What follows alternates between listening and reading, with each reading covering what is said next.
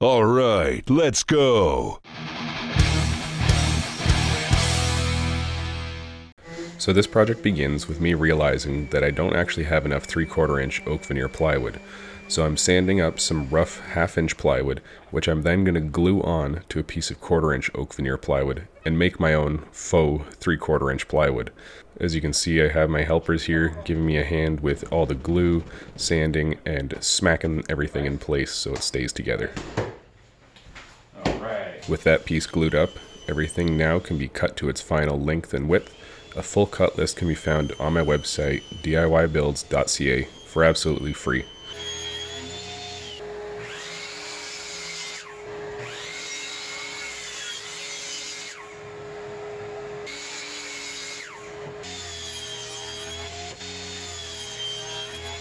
With all the pieces cut to final size, I can have my helpers help me drill the several pocket screws that are used throughout this project. This project exclusively uses pocket screws, no glue, as I was afraid of all the squeeze out that would be involved in that. And these pocket holes are insanely strong, and it was a great decision, I feel, as it made assembly insanely easy. This pocket hole machine is my homemade pocket hole machine. There is a set of plans if you want to build something like that yourself. The next step after everything was drilled out for pocket holes was to edge band all the pieces of wood that needed it. I do have a video showing exactly how to do edge banding if you want more detail on that.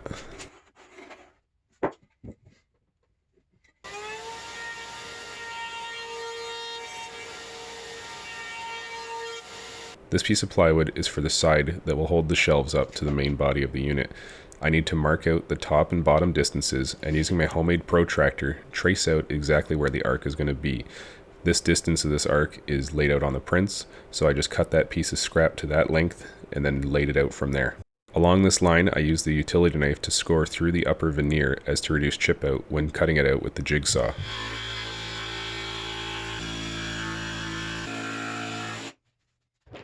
With that piece cut out, I can do a rough sanding over at the oscillating spindle sander to bring everything down to the line that I had marked out. After that, utilizing the offcut piece, I can attach some sanding strip to it and use it as a giant sanding block to really flush out that curve. The next step was to apply edge banding all along this piece, and I started out by attaching the middle and working my way back from both sides. I'm not sure if this was better than starting from one side or not, but this was my first go at it, and it seemed to work pretty well. Just a little bit at a time, and making sure to come back with my push block and press everything firm as it's still hot, working my way from the center out. Now when it came to doing the corners, I made sure to have the arc piece completely glued down before working that edge and bending it over. This actually worked really well, and it didn't splinter the wood in any way. I was surprised at just how well this did work. After the edge banding was applied on this piece, it's next time to flush up the edge banding, as there's a bit of an overhang on both sides. Now, in my edge banding video, I show using the router table to flush it up with a flush trim bit, but using the knife or chisel in this case is the way to do this, because there's no way you're going to get a flush trim router bit in on that curve. The last two pieces to cut to size are going to be the sides of the main body that holds all the vinyls. This needs to be cut in half at a particular angle, which I need to mark out to match my prints. Now, what I didn't realize I did here was I completely screwed this up, and I cut one piece too short. This will come to fruition a little bit later in the video.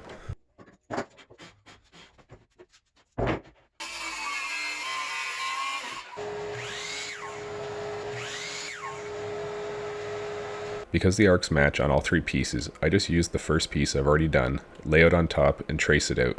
Again, scoring it with the razor blade to cut through that upper veneer to reduce chip out when cutting it out with the jigsaw.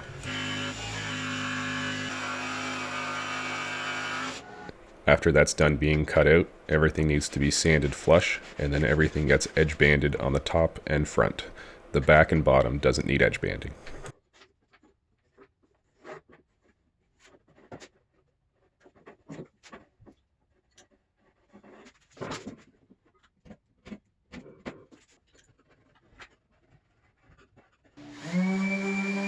Now that everything is cut out and edge banded, the last step is to sand everything to 220 grit on all of the edge band faces and all the flat faces as well, making sure to come back with some hand sanding to break all the edges after the faces are done being sanded. To begin final assembly, I preload all the pocket holes with the pocket screws just to make it a little easier. When clamping everything, I don't have to mess around with screws. Again, you need to clamp everything in place with pocket screws, otherwise they will shift on you as that 15-degree angle will tend to suck it in towards itself. Now you see here I'm using one of the other pieces for the upper shelves as kind of a spacer as I attach this to the 12-inch piece in the back. It's important during this step to remember where edge bandings are supposed to face.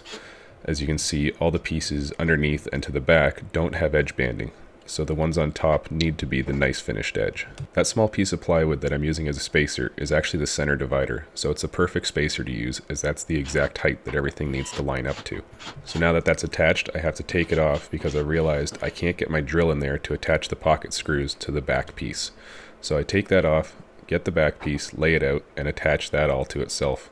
Then this is going to need to be reattached after the fact, but it'll be a lot easier now that all the pocket holes have already pre-drilled their holes into the other piece. As you can see, I have a little spacer block to keep everything held in place so it doesn't fall down on me.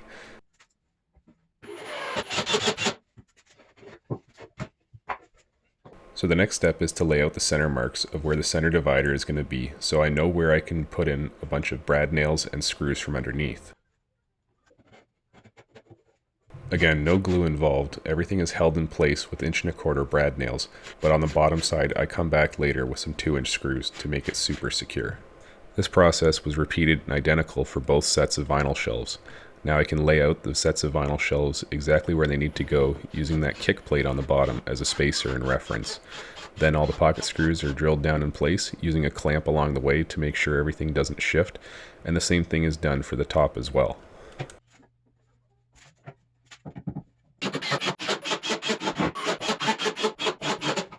The next step is to flip this unruly beast over, and I start by standing it up, laying out the other side, and then dropping it onto that side, using again my kick plate at the bottom as a reference on where it should be spaced. I can then attach all the pocket screws to the bottom and top assemblies, and this is about time where I realize I completely screwed up. Yeah, not good. So somehow I mismeasured this, and to fix it, we basically need to peel off the edge banding and use my little homemade track saw here to cut off that flat bit at the top and make everything flush, ready for glue up. Now fortunately, I do have the offcut piece that was in between these two pieces, so the grain pattern pretty much matches up here. So I lay out my glue, clamp everything in place, and what I'm going to do here is drive in a bunch of 2.5-inch screws, and those will act as the main source of clamping here. These screws will be removed after the fact, and the clamps will be added again to make everything flush along the face of the wood. After the glue up, the screws are removed, the face gets a little bit of a sanding, and then everything is filled with red oak wood filler. I then cut the back to final length, measuring off the completed piece, and then I can lay out my marks again on the front, and using my track saw again, cut the appropriate angle. Then everything gets lightly sanded before I bring it inside my house, as it decided to be -10 out today, and I'm not doing that in the garage today because it's not heated. With that minor oopsie now covered up, we can go ahead and begin final assembly for the second time, and attach all the shelves to the side piece.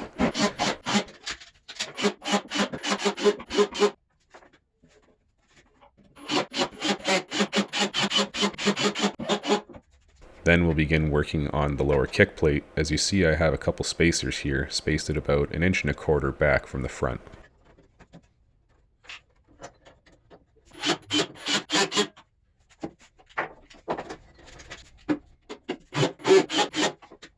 With that, the vinyl section is complete, and it's on to working on the side shelf, which will hold the audio equipment. This begins with the same spacer I used for the kick plate on the main body at that 1¼ inch offset, and attaching both the front kick plate and the back. The back is just there for more support on the shelf.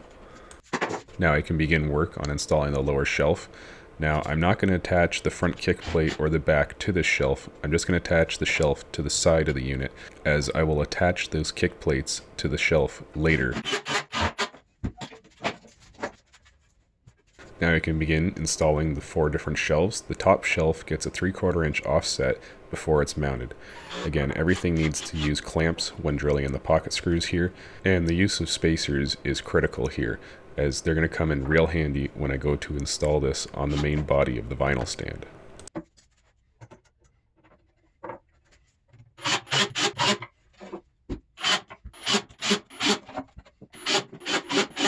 With the shelves now installed, I can go ahead and attach the front and back kick plates, making sure to clamp them in place before driving the screws. Again, I use that spacer along the front to make sure that it's at the right distance out.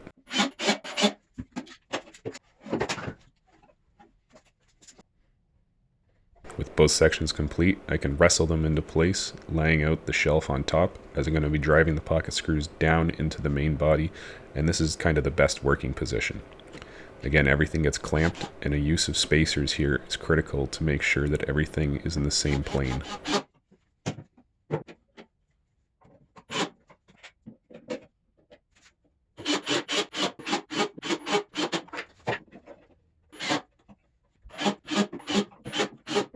With that last screw, assembly is now complete, and I can bring it outside and thoroughly blow it off with the leaf blower and begin staining everything with a dark chocolate Minwax stain. After letting the stain dry for a few days, I gave everything a light Scotch-Brite sanding and then sprayed everything with a water-based semi-gloss polyurethane by Minwax, giving 2 coats, sanding in between. And with that, the project is complete.